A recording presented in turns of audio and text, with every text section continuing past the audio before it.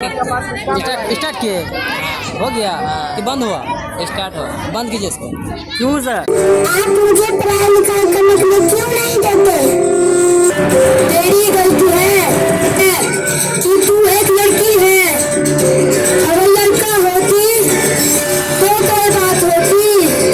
तो क्या बाबूजी, लड़का होती तो क्या तेरा जमान ना चला? ये तो जवान खींचकर हलक से बाहर फेंक दूंगा। बाबूजी, मैं पढ़ लिख कर कुछ बनना चाहती हूँ। पढ़ाई ना रोको बाबूजी। अर्पिता, तुझे पढ़ना है तो पढ़, लेकिन सारी उम्र तू बाप की छाती पर बैठ, बोझ बढ़कर ना बैठ। पर बाबू, मेरी उम्र पढ़ाई लिखाई की है, मुझे पढ़ लिख कर डॉक्टर बनना है। पढ़ाई पढ़ाई पढ़ाई। आज तेरी किताबों का प्रति काम तमाम करके ही छोड़ूंगा। ये ले। नहीं बाबू, नहीं बाबू, मत करो, मत करो। हट छोड़ी। नहीं बाबू, नहीं बाबू, ये आपने क्या किया? आपने मेरी किताबों को ही नहीं फाड़ा। आपने मेरी किस्मत। ये कॉपी किताबें ना सिर्फ किताबों को आपने अच्छी लगती है। ठीक है, आपने लड़कियां नाम दी, पर बाबू लड़की हूँ तो क्या हुआ? लड़का लड़की हमारे दोनों समान होते हैं। पर अर्पिता, और यह ऐसा ध्यान, अब तक तू जिंदा है।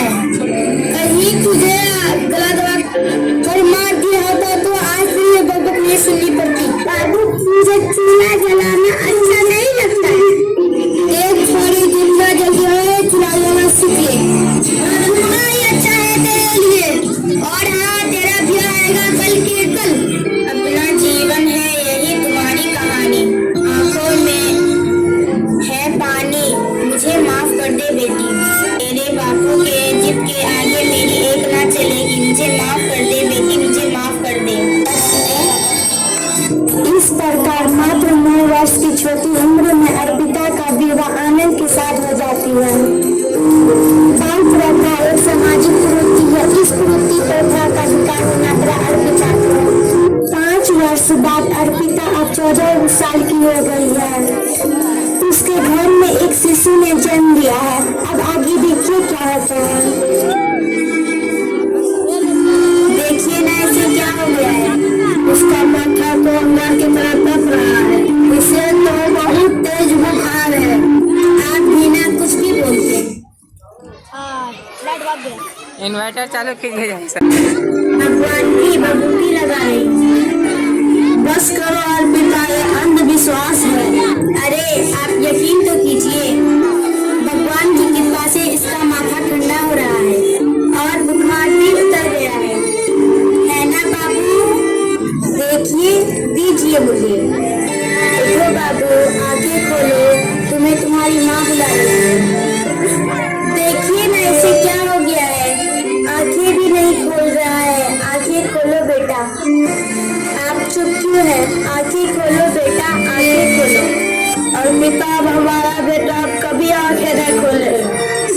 नहीं, ऐसा नहीं हो सकता। मेरे बेटे को मुझसे कोई नहीं छीन सकता, कोई नहीं।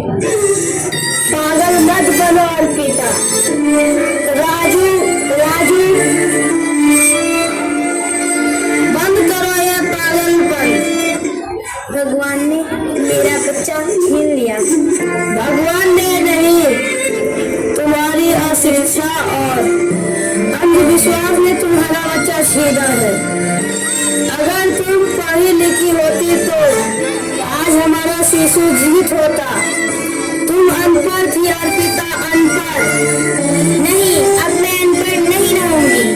नहीं रहूंगी मैं अनपढ़, मैं पढ़ूंगी, ताकि कल किसी और अर्पिता को इलाज के अभाव पर अपना बच्चा ना खोना पड़े।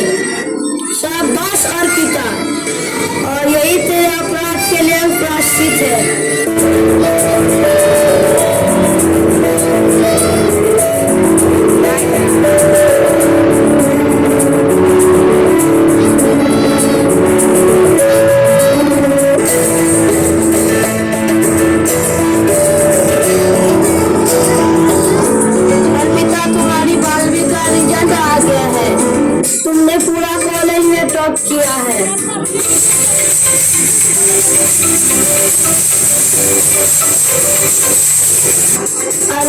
तुम्हारी मेहनत रंग लाई है, तुम्हें शिक्षावृत्ति मिली है।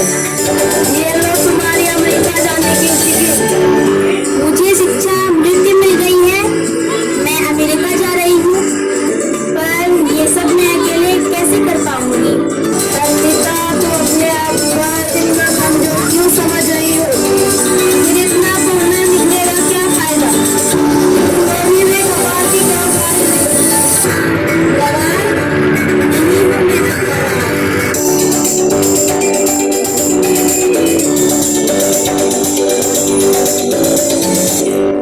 तो इस प्रकार 7 अप्रैल 1883 ईस्वी में अर्पिता अमेरिका के लिए रवाना हो गई और 3 साल बाद उन्होंने डॉक्टर ऑफ मेडिसिन की उपाधि प्राप्त कर ली।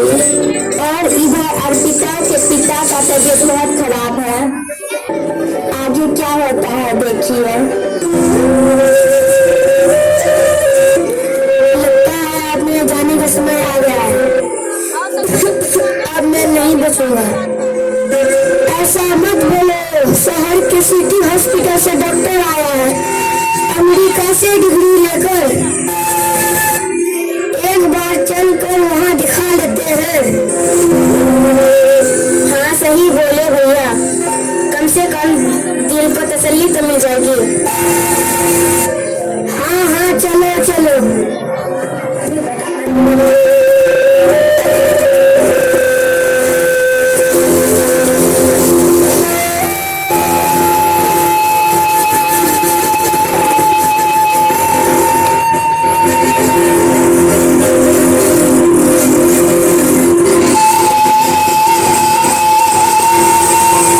इस मरीज की हालत तो बहुत खराब है, कोई चमत्कार ही इसे बचा सकता है। ऐसा मत बोलो भाई, डॉक्टर साहब कब तक आएंगे?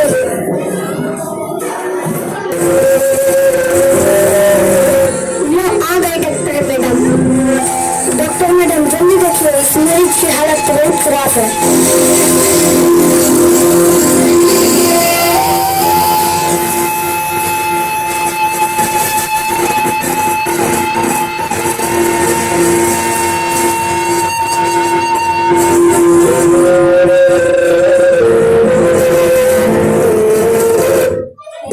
इसकी हालत तो बहुत खराब है, लेकिन मैंने ट्रीटमेंट कर दिया है, अब ये बिल्कुल ठीक हो जाएंगे।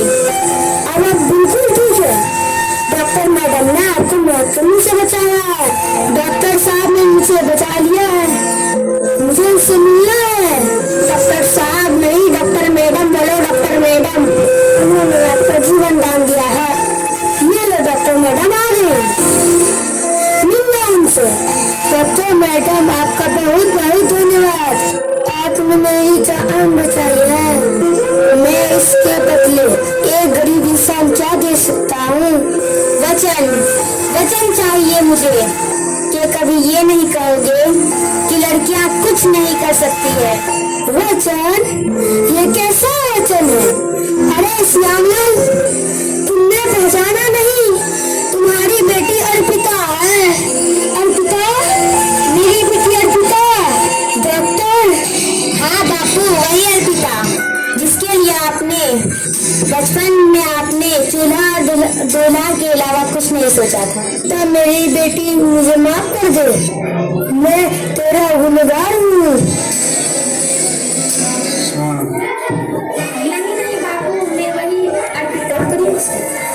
नहीं नहीं बापू, मैं वही अर्पिता हूँ जिसकी शादी करके आप पूरी जिंदगी उसे बर्बाद कर देना चाहते थे। माफ कर दो मेरी बेटी, मुझे माफ कर दो, मैं तेरा गुनहगार हूँ। माफ कर दो मुझे, माफ कर दो मुझे, माफ कर दो मुझे, माफ कर दो। नहीं बापू, मैंने तो आपका एहसान चुकाया है। याद है ना अपना एहसान जो बचपन में आपने मुझ पे किया था? ताने सुना सुना कर मुझे जीते जी मार डाला था। और बताइए आप किस किस को मारेंगे? बेटी मुझे माफ कर दे, मैं तेरा गुनहगार हूँ। बापू आपने ही तो बोला था किताबें बस बेटों के हाथ में अच्छी लगती है, बेटियों के हाथ में तो बस मेहंदी अच्छी लगती है। बेटी और बेटों में फर्क करना दोनों आंखों के फर्क करने के समान है। एक का पढ़ना और दूसरे का करना ये सामाजिक अंधकार है बाबू, ये सामाजिक अंधकार है, ये सामाजिक अंधकार है। उपकार मानता हूँ तू जैसे बेटी को, जिससे सारी उम्र में से कुछ नहीं मांगा तो सिर्फ बराबरी का दर्जा। सत्य तो ये है कि मैं तेरी अभी के लायक नहीं हूँ,